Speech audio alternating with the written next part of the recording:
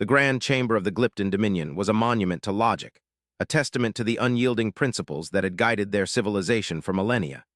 Its walls, carved from the heart of a sentient crystal, pulsed with a soft, internal luminescence, casting intricate, ever-shifting patterns of light across the obsidian floor. The air itself hummed with the quiet, orderly processing of countless data streams, a symphony of pure information that resonated with the very core of Glypton consciousness. At the center of this immense space, suspended in a field of gravitic stillness, sat the High Council, their crystalline carapaces shimmering with the weight of their authority and the burden of their current predicament. They were the architects of an empire that spanned a significant arm of the galaxy, a dominion built not on brute force, but on the elegant, irrefutable power of predictive modeling and strategic certainty. Yet, for the first time in recorded history, their models were failing. The source of this unprecedented anomaly was a species that defied every logical axiom the Glyptons held sacred: the humans. High Counselor Thrax, his form a complex lattice of polished facets that refracted the chamber's light into 1,000 miniature rainbows, initiated the formal discourse. His voice, a series of resonant chimes, filled the vast hall. The human question persists. Our deepest analytical engines continue to return probabilities that are nonsensical. They act against their own stated interests. They deploy resources in patterns that can only be described as chaotic. We have observed their expansion for cycles, and still, we cannot build a coherent predictive model of their behavior. They are a variable that threatens the very stability of our calculations, and by extension, the Dominion itself. A wave of unease, a rare and unsettling sensation for the Glyptons, rippled through the assembled council members. Counselor Vex, whose carapace bore the deeper, more intricate carvings of a senior strategist, projected his thoughts into the shared psychic space of the council, a method of communication reserved for matters of the gravest importance. Their strategies in the minor conflicts on the periphery have been alarming. They sacrifice key assets for what appear to be sentimental reasons. They will abandon a tactically superior position to rescue a single, isolated unit. Our war simulations, when fed this data, collapse into recursive loops of absurdity. The machine minds tasked with understanding them have requested recalibration, believing their own core programming to be flawed. They cannot conceive of a sentient species operating with such a profound disregard for logical efficiency. This was the crux of the Glypton dilemma. For a civilization that had mapped the flow of galactic events with the precision of a master chronographer, humanity was an infuriating, terrifying paradox. The Glyptons had encountered countless species in their long history. Some were aggressive, others passive. Some were technologically advanced, others primitive. But all, without exception, operated on a recognizable framework of self-interest and logical progression. They could be understood. Their desires could be quantified, their actions predicted. Humanity, however, seemed to move to the rhythm of an unheard, chaotic music. Another counselor, a specialist in xenopsychology named Lyra, chimed in, her tones softer, more questioning. Is it possible we are misinterpreting their logic, that their framework is simply different? We have analyzed their art, their music, their philosophies. They are filled with contradictions, with celebrations of paradox. They seem to value concepts we have long since dismissed as inefficient emotional artifacts: honor, sacrifice, love. Could these be the variables missing from our equations? Thrax shifted his immense form, the light fracturing around him. Sentimentality as a strategic doctrine? It is a recipe for extinction. We have seen the debris of civilizations that allowed emotion to cloud their judgment. The galaxy is a cold, unforgiving engine of causality. To act against the optimal path is to invite annihilation. No, there must be something else at play, a deeper, more complex form of deception. A strategy so alien to our way of thinking that we perceive it only as madness. The debate continued, a slow, methodical exploration of every possible explanation for the human enigma. The Glyptons, in their quest for understanding, had dissected every piece of data they could gather on this strange, bipedal species from the Sol system. They had observed their internal politics, a bewildering tapestry of shifting alliances and ideological conflicts. They had witnessed their technological progress, which seemed to advance in sudden, inexplicable leaps rather than a steady, predictable curve. They had even intercepted their communications, a cacophony of languages and dialects that spoke of a species not yet unified, yet somehow capable of projecting a cohesive, if baffling, presence onto the galactic stage. The consensus in the Grand Chamber was slowly solidifying around a single, unsettling conclusion. Humanity was a rogue element, a chaotic force that could not be integrated into the orderly structure of the Dominion. Their unpredictability was not a sign of weakness, but a weapon, a form of strategic warfare so esoteric that the Glyptons had no defense against it. They fought not with fleets and armies in the conventional sense, but with ideas, with emotions, with actions that sowed confusion and doubt among their opponents. They were a psychic contagion, a philosophical virus that threatened the very foundations of Glypton certainty. The most damning evidence of this had come from a recent skirmish in the contested space near the Orion Nebula. A Glypton patrol fleet, operating with the cold, flawless precision that was their hallmark, had engaged a small human exploratory force. According to every tactical model, the Glypton victory should have been swift and absolute. Yet the humans had not behaved as expected. They had not retreated into a defensive posture. They had not attempted to negotiate from a position of weakness. Instead, they had done something utterly incomprehensible. They had split their forces, sending a single, lightly armed vessel on a trajectory that led it directly into the heart of a volatile stellar nursery. The Glypton commander, his mind a finely tuned instrument of strategic logic, had dismissed the move as an act of desperation, a meaningless sacrifice. He had focused his attention on the main human force, confident in his imminent victory. But the single ship had not been a sacrifice. It had been a key. As it navigated the treacherous gravitational currents of the nursery, it deployed a series of previously unknown devices, small probes that emitted a complex, multi-layered signal. This signal, when analyzed later by the horrified Glypton intelligence services, was revealed to be a form of communication, not with the human fleet, but with the nascent protostars of the nebula itself. The probes had in essence sung a song to the young suns, a carefully modulated frequency that resonated with their magnetic fields, causing them to flare with a sudden, coordinated intensity. The resulting wave of electromagnetic energy had completely and utterly disabled the Glypton fleet, leaving it adrift and powerless. The humans had not fired a single weapon. They had not destroyed a single Glypton ship. They had simply asked the stars for help. The implications of this event were staggering. It was not technology in the way the Glyptons understood it. It was something else, something that bordered on the mystical. It suggested a relationship with the universe that was fundamentally different from their own. The Glyptons saw the cosmos as a system to be understood, catalogued, and controlled. The humans, it seemed, saw it as a partner, a potential ally.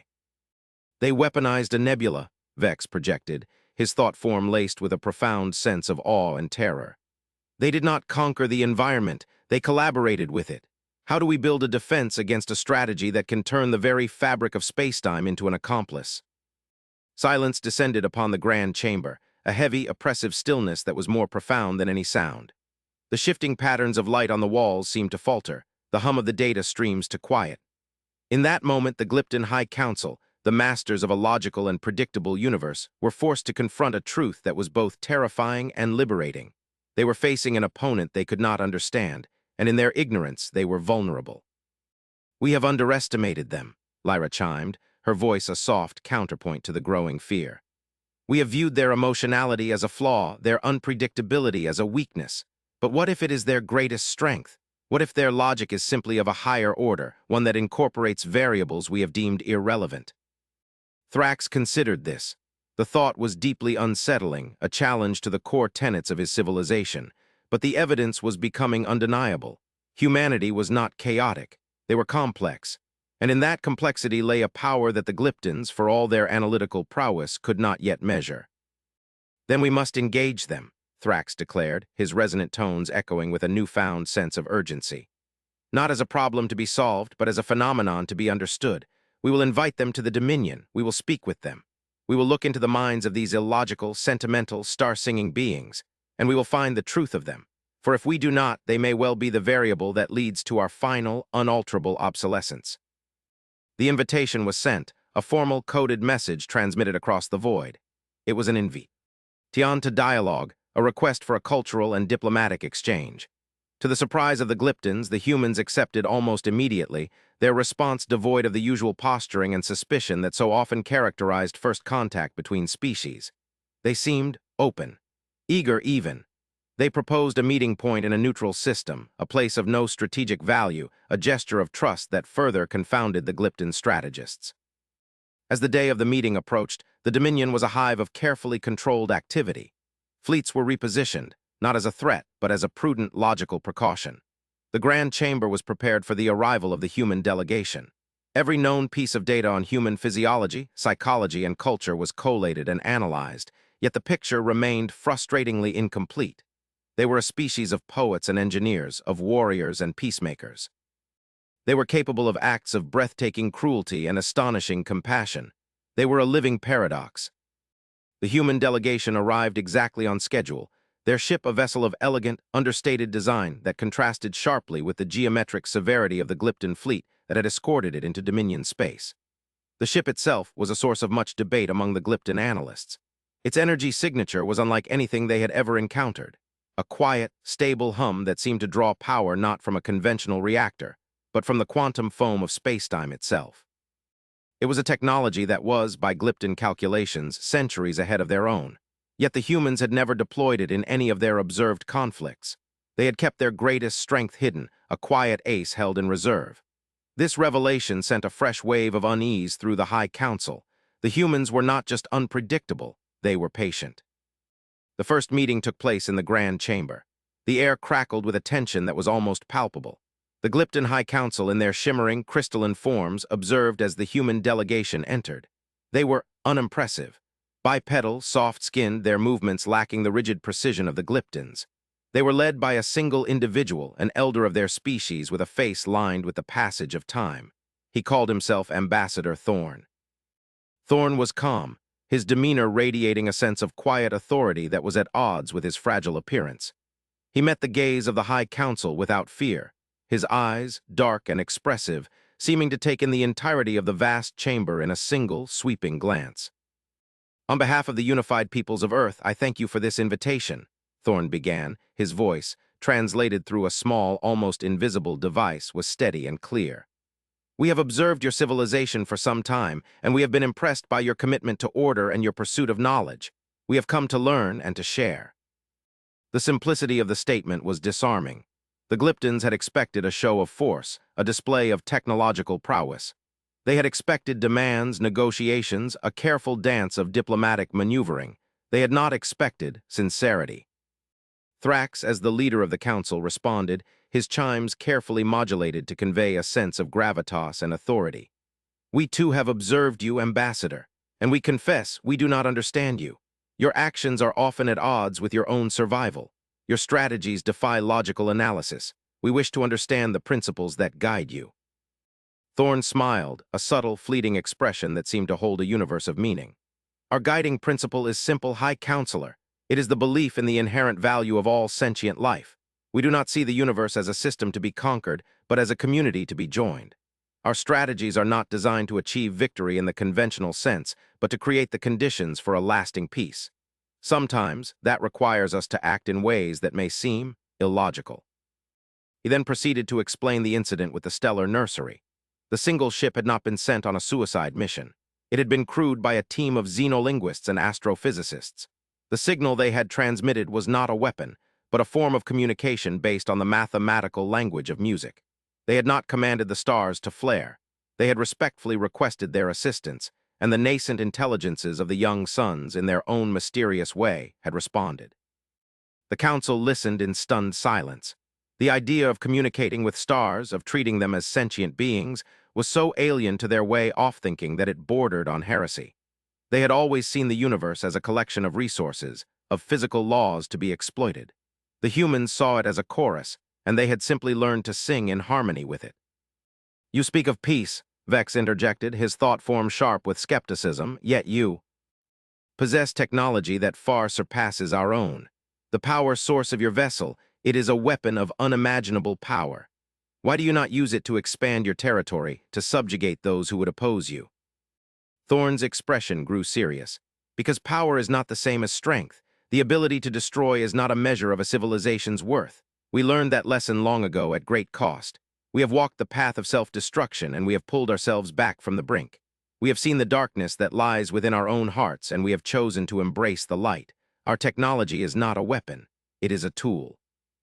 A tool for exploration, for understanding, for the defense of those who cannot defend themselves." He paused, letting the weight of his words settle in the vast chamber. There are other forces in this galaxy, forces that do not share our belief in the sanctity of life.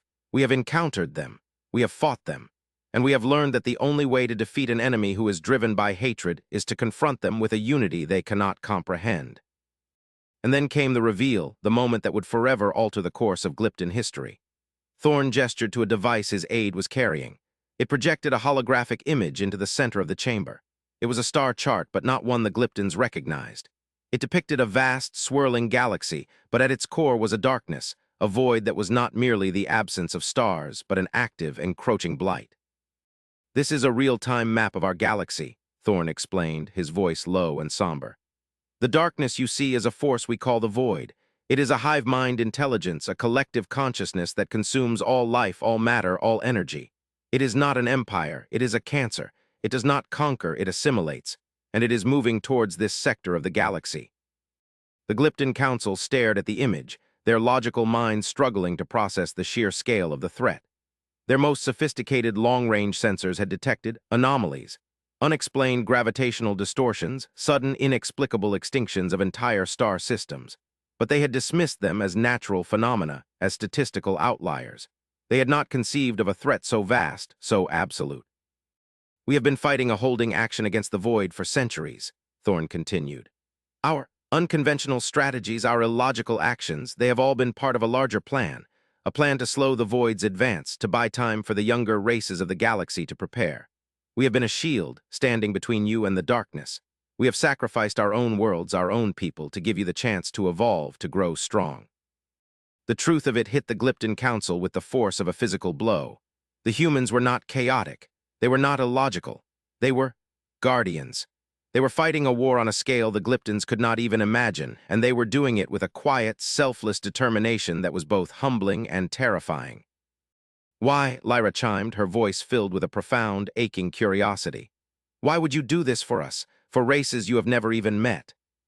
Thorn turned to her, his ancient eyes filled with a deep, unwavering compassion. "Because we remember what it was like to be alone in the dark. We remember the fear, the uncertainty, and we made a promise to ourselves, to the universe. A promise that no other species would ever have to face the darkness alone. That is our guiding principle. That is the logic that drives us." The Grand Chamber was silent once more, but this was a different kind of silence. It was not the silence of fear or confusion. It was the silence of revelation, of a universe that had suddenly, irrevocably expanded. The Glyptons, the masters of logic and reason, had been so focused on the small, predictable patterns of their own existence that they had failed to see the larger, more terrifying truth. Humanity was not the variable that threatened their equations. They were the solution.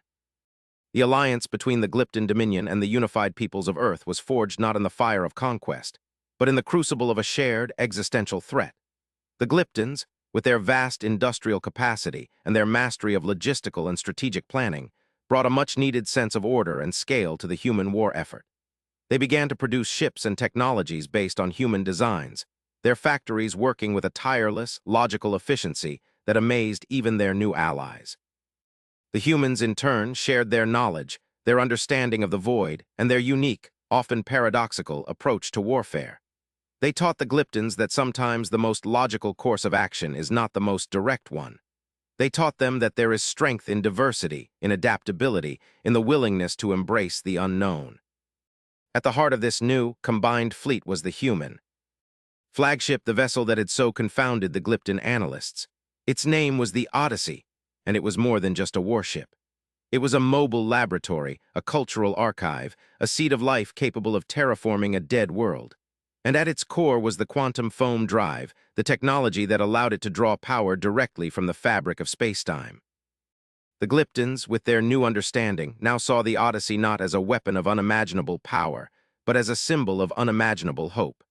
It was the ultimate expression of the human philosophy, a tool designed not to conquer, but to create, to nurture, to protect. But they also came to understand that in the face of an enemy like the Void, a tool of creation could also be the most devastating weapon of all. The first major joint operation of the Human-Glypton Alliance was a desperate gamble. The Void was advancing on a key star system, a nexus of interstellar travel that, if it fell, would open a path to the heart of the Dominion. The combined fleet, A vast armada of human ingenuity and Glypton industrial might moved to intercept. The battle was unlike anything the Glyptons had ever experienced. The Void did not fight with tactics or strategy. It was a force of nature, a tidal wave of biomechanical horrors that swarmed and consumed everything in their path.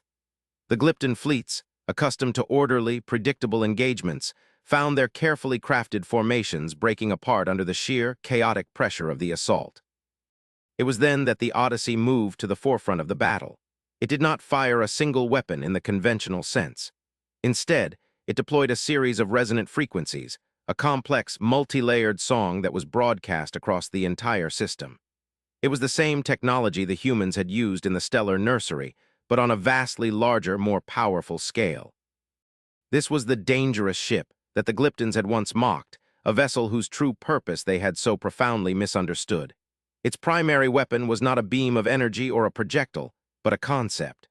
The Song of the Odyssey was a symphony of creation, a celebration of the complex, interconnected patterns of life. It was the antithesis of the Void's nihilistic hunger.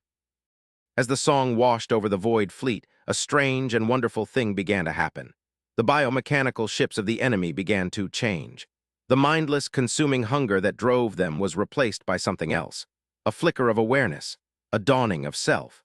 The hive mind of the Void, for the first time in its eons of existence, was experiencing the concept of individuality. The effect was catastrophic for the Void. The fleet, no longer a unified, unthinking whole, began to turn on itself. Ships that had once been extensions of a single will now fought with the desperate fury of newly born individuals, each one struggling for its own survival. The tide of the battle had turned. The human Glypton fleet, seizing the opportunity, pressed their advantage. They did not destroy the now sentient Void ships. Instead, they contained them, herded them, using their superior numbers and strategic positioning to force them into a stalemate. The battle was won not through annihilation, but through conversion. In the aftermath of the battle, as the combined fleet tended to its wounded and salvaged what it could from the wreckage, a profound sense of awe settled over the Glypton commanders. They had witnessed a victory that had been achieved not through superior firepower, but through superior philosophy. The humans had not just defeated their enemy, they had transformed them. Ambassador Thorn, observing the scene from the bridge of the Odyssey, turned to High Counselor Thrax, who was standing beside him, his crystalline form reflecting the swirling colors of the post-battle nebula. "You see now, High Counselor," Thorn said, his voice quiet but firm. "The ultimate victory is not to destroy your enemy, but to make them your friend, to show them a better way. The Void is a force of entropy, of dissolution. We have shown them that there is another path, the path of creation, of connection, of life." Thrax was silent for a long moment, the internal light of his form pulsing with a slow, thoughtful rhythm. "We have been blind," he finally chimed. "We have spent millennia perfecting our understanding of the physical universe, but we have neglected the universe within. We have built an empire of logic, but we have forgotten the importance of wisdom." In that moment, the final barrier between the two civilizations dissolved. The Glyptons, the proud, logical masters of their domain, had finally, truly understood humanity. They were not a chaotic variable. They were the missing piece of the equation, the element that brought balance and meaning to the cold, impersonal calculus of the universe. The war with the Void was far from over. The darkness still loomed, vast and terrifying. But now the galaxy had a new hope, a new alliance, an alliance forged in the fires of a shared threat and tempered by a newfound understanding. But the story did not end there.